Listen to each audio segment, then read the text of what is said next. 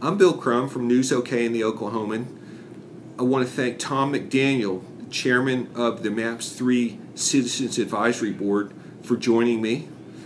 Tom, the MAPS 3 board met today and got an update on the timeline of the MAPS projects. $777 million over 7 years and 8 months, I believe, that's being raised. What did you learn today, and what do you think about it? Well, let me start by saying this, Bill. The 7 years plus several months is for the collection of the tax. The schedule for the implementation of all the projects is longer than that. It runs up to 2021. So we'll be finishing the projects even after we stop collecting the tax. But what I learned today was something I guess we could have anticipated from the outset, and that is that we have faced some challenges. And I'll use as an example the convention center. We were not able to acquire and have not been able to acquire the land within the time set forth in the implementation plan, and so that has delayed it.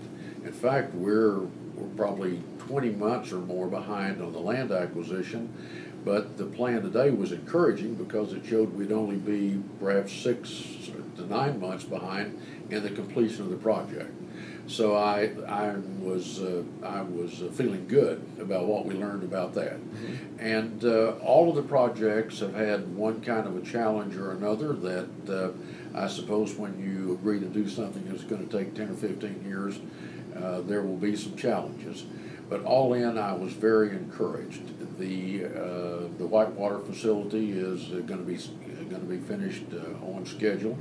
We're very close to schedule on the big new exposition center at the fair. Sales and sidewalks and trails are moving along in really good shape. See, the trails are becoming a reality, and so are the sidewalks all over town. So that's very encouraging to me. The park and the modern transit system, or the streetcars, are both a little behind schedule, due in some measure to no decision yet on the location of the convention center, because that bears to some degree on the route that the transit would take.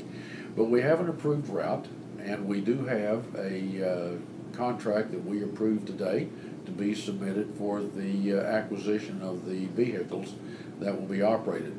So all in, I was not surprised that we're behind some on the implementation plan, but pleased that it isn't going to unduly delay the completion of the projects shown in the implementation plan. And why is it important? Voters obviously approve the MAPS tax, the 1 cent MAPS sales tax. It seems extremely important to those who are leading the projects and to you to be on schedule, be on time, be within budget. Tell me a little bit about what the importance of that, why that is so important. Well, I think that one of the reasons that there was the creation of the Citizens Advisory Board and the various subcommittees to oversee the projects was to make sure that we got citizen input and to make sure that the projects were done with integrity and with the public's knowledge. And the greatest risk factor we had was, will the sales tax produce the money that we have predicted? And the good news is it is doing that. Even in the downturn of the energy business here, we looked today, the information they gave us indicated that since inception, since we started collecting the tax, we're about 6% ahead of what the projections were. So that's very encouraging. But I will just say that it is our goal to have a process that provides integrity and that will be open and transparent to the public. We believe that there would not have been a MAPS 3 had we not done MAPS 1 well and MAPS for Kids well. And our goal is to make sure that we do this the right way and that we deliver to the taxpayers what they bargained for, so that if there is a MAPS 4, that we will have a great track record to use as history. You can run on your record. We'd like to be able to run on our record as we have in the past. Right, right. The quality of the projects. You mentioned the integrity of the process and the transparency of the progress of the excuse me, the transparency of the process. Yes. The quality of the projects will be important. And I know there was a tour this week. I wasn't able to go. I guess you were out of town. Yes. But everything that we're hearing is that the Whitewater Park, as an example, is spectacular. Yes, I didn't make the tour this week, but I have been out there and seen the progress. And yes, it is spectacular. The magnitude of it didn't come across in the scale model that they produced for us to see.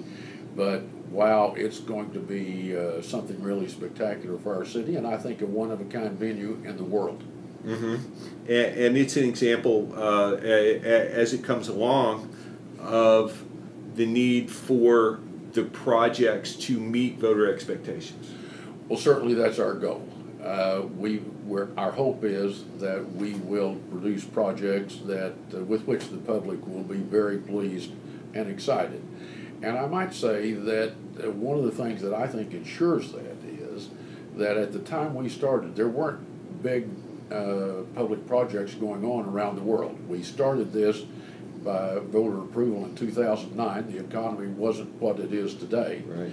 And as a result of that, we had access to world-class consultants on virtually every project we have. And so we were able to select the best consultants in the world to help us with these projects.